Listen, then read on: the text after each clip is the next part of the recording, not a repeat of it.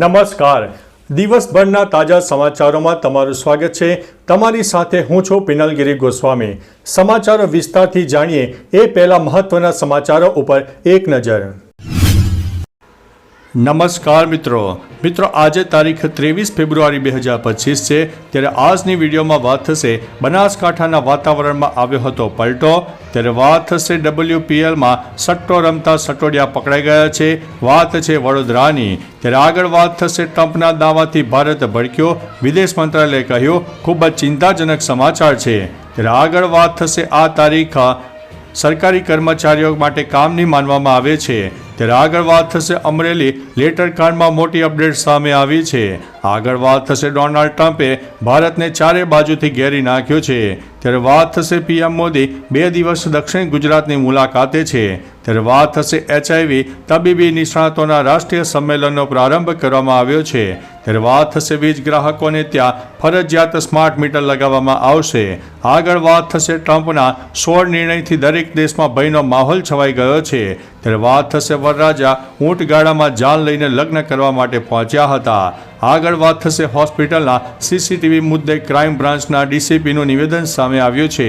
ત્યારે વાત થશે મને હળવાશમાં ન લો, મારો ઈશારો સમજી લો, તેઓ એકનાથ શિંદેએ જણાવ્યું છે.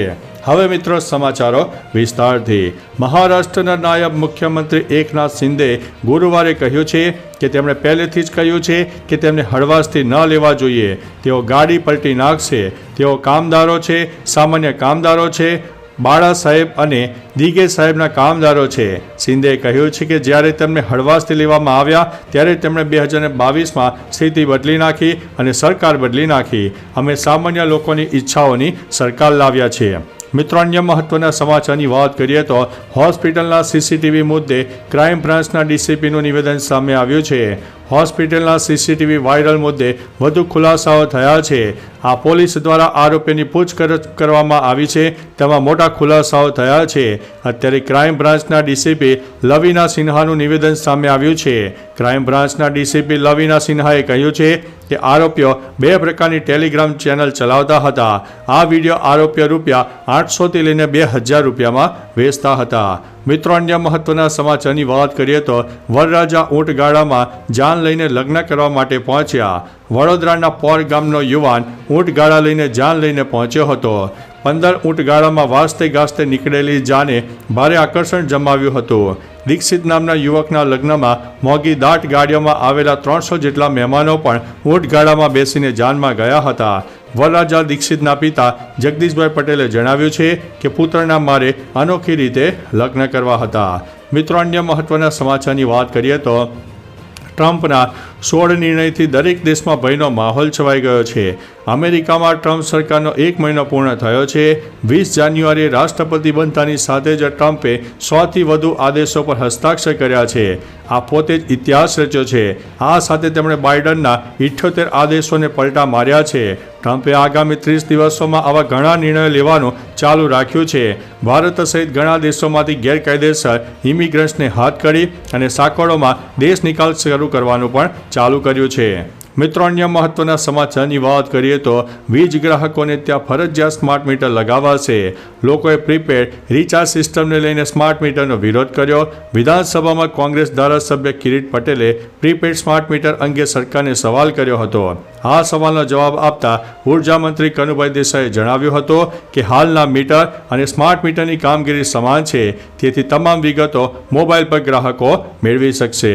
મિત્રો અન્ય મહત્વના સમાચારની વાત કરીએ તો HIV તબીબ નિષ્ણાતોના રાષ્ટ્રીય સંમેલનનો પ્રારંભ. ગુજરાતમાં પહેલીવાર HIV તબીબ નિષ્ણાતોના રાષ્ટ્રીય સંમેલનનું આયોજન થયું, જેનો પ્રારંભ CM ભૂપેન્દ્રભાઈ પટેલે કરાવ્યો છે. CMએ અહીં સૌને માતૃભાષા દિવસની શુભેચ્છાઓ પણ પાઠવી. જણાવ્યું કે દેશમાં એઇડ્સ નાબૂદીના પ્રયાસોમાં ગુજરાત અગ્રેસર છે. એસીકોન 2025 જેવા કાર્યક્રમો આ પ્રયાસોને વધુ વેગવાન બનાવશે. 2030 સુધીમાં એઇડ્સ મુક્ત ભારતના સંકલ્પને સાકાર કરવા કોન્ફરન્સ માર્ગદર્શક પણ સાબિત થશે. મિત્રો અન્ય મહત્વના સમાચારની વાત કરીએ તો PM મોદી 2 દિવસ દક્ષિણ ગુજરાતની મુલાકાતે છે. લોકસભા ચૂંટણી અને દિલ્હી વિધાનસભા તેમજ સ્થાનિક સ્વરાજ્યની ચૂંટણીમાં ભાજપની જીત બાદ વડાપ્રધાન નરેન્દ્ર મોદી પહેલીવાર સુરતની મુલાકાતે આવી રહ્યા છે. તેઓ 7 માર્ચના રોજ સુરતમાં અને 8 માર્ચના રોજ નવસારીમાં વિવિધ કાર્યક્રમોમાં હાજરી આપશે. વડાપ્રધાનની આ મુલાકાતને ધ્યાનમાં રાખીને વહીવટી તંત્ર અને રાજકીય વર્તુળોમાં મોટી હલચલ પણ જોવા મળી રહી છે. મિત્રો, અન્ય મહત્વના સમાચારની વાત કરીએ તો ડોનાલ્ડ ટ્રમ્પે ભારતને ચારે બાજુથી ઘેર્યું છે. મોદીના મિત્ર ડોનાલ્ડ ટ્રમ્પે ભારતને ચારે બાજુથી ઘેર્યું છે. એમાં સૌથી મોટો ઝટકો આપ્યો હોય તો એ છે $21 મિલિયન એટલે કે અંદાજિત 182 કરોડની સહાય રોકીને આપ્યો છે. ઇલોન મસ્કે ટ્વીટ કરીને જાણકારી આપી હતી કે અમેરિકા ભારતને અપાતી 182 કરોડ રૂપિયાની સહાય રોકવા જઈ રહ્યું છે. પહેલાં તો એવું લાગ્યું કે ઇલોન મસ્કે જ આ નિર્ણય લીધો છે. ડોનાલ્ડ ટ્રમ્પે આ વાત અમેરિકન મીડિયા સામે કરી ત્યારે ભારતને ઝટકો લાગ્યો છે. મિત્રો, અન્ય મહત્વના સમાચારની વાત કરીએ તો અમરેલી લેટરકાંડમાં મોટી અપડેટ સામે આવી છે. અમરેલી લેટરકાંડમાં પાયલ ગોટીએ હાઈકોર્ટમાં પિટિશન દાખલ કરી છે. આ સાથે અમરેલી એસપી નિર્લિપ્ત રાય દ્વારા સોંપાયેલા રિપોર્ટની માંગ કરી છે.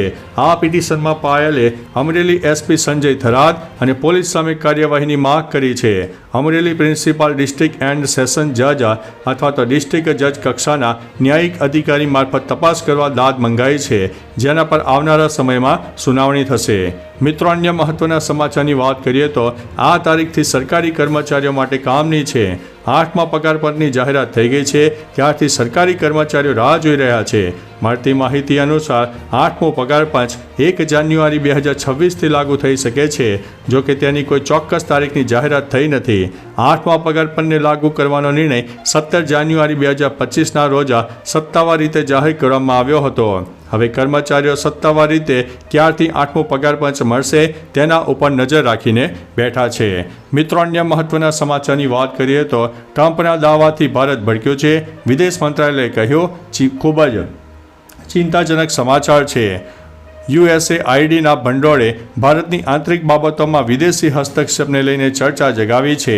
અમેરિકાના રાષ્ટ્રપતિ ડોનાલ્ડ ટ્રમ્પના એક નિવેદનથી આ વિવાદ વધુ વકર્યો છે. વિદેશ મંત્રાલયના પ્રવક્તા રણદીપ જયસ્વાલે શુક્રવારે કહ્યું છે કે અમે યુએસએની કેટલીક પ્રવૃત્તિઓ અને ફંડિંગ વિશે અમેરિકી વહીવટીતંત્ર દ્વારા આપવામાં આવેલી માહિતી જોઈ છે. આ સ્પષ્ટપણે ખૂબ જ પરેશાન કરનારું છે. મિત્રો, અન્ય મહત્વના સમાચારની વાત કરીએ તો WPLમાં સટ્ટો રમતા સટોડિયા પકડાયા છે. વડોદરાના કોટંબી સ્ટેડિયમ ખાતે રમાયેલી WPLની મેચમાં સટ્ટો રમતા 3 આરોપીઓની જરોદ પોલીસે ધરપકડ કરી છે. 19 ફેબ્રુઆરીના રોજ યુપી વોરિયર્સ અને દિલ્હી કેપિટલ્સ વચ્ચે મેચ દરમિયાન આ ઘટના બની હતી. આરોપીઓ પાસેથી 2 મોબાઈલ અને 1640 રૂપિયાની રોકડ મળી આવી છે. પોલીસે હરિયાણાના દીક્ષિતા સતીશ આર્યા અને તુષાર યોગેશ મદાનની ધરપકડ કરીને વધુ તપાસ હાથ ધરી છે. મિત્રો, અન્ય મહત્વના સમાચારની વાત કરીએ તો બનાસકાંઠામાં વાતાવરણમાં પલટો. બનાસકાંઠાના વાતાવરણમાં અચાનક પલટો આવ્યો હતો. અમીરગઢ અને ઇકબાલગઢમાં વાદળછાયું વાતાવરણ જોવા મળ્યું. વાતાવરણમાં આવેલા આ પલટાએ ખેડૂતોની ચિંતામાં વધારો કર્યો હતો. માવઠાની આગાહી વચ્ચે ખેડૂતોમાં મુશ્કેલી વધી શકે છે. જો માવઠું થાય તો ખેડૂતોના પાકને મોટું નુકસાન થવાની પણ સંભાવના છે. તો ચાલો મિત્રો, ફરીથી દેશ અને દુનિયાના સુપરફાસ્ટ સમાચાર લઈને મળતા રહીશું. ત્યાં સુધી અમને રજા આપશો. નમસ્તે.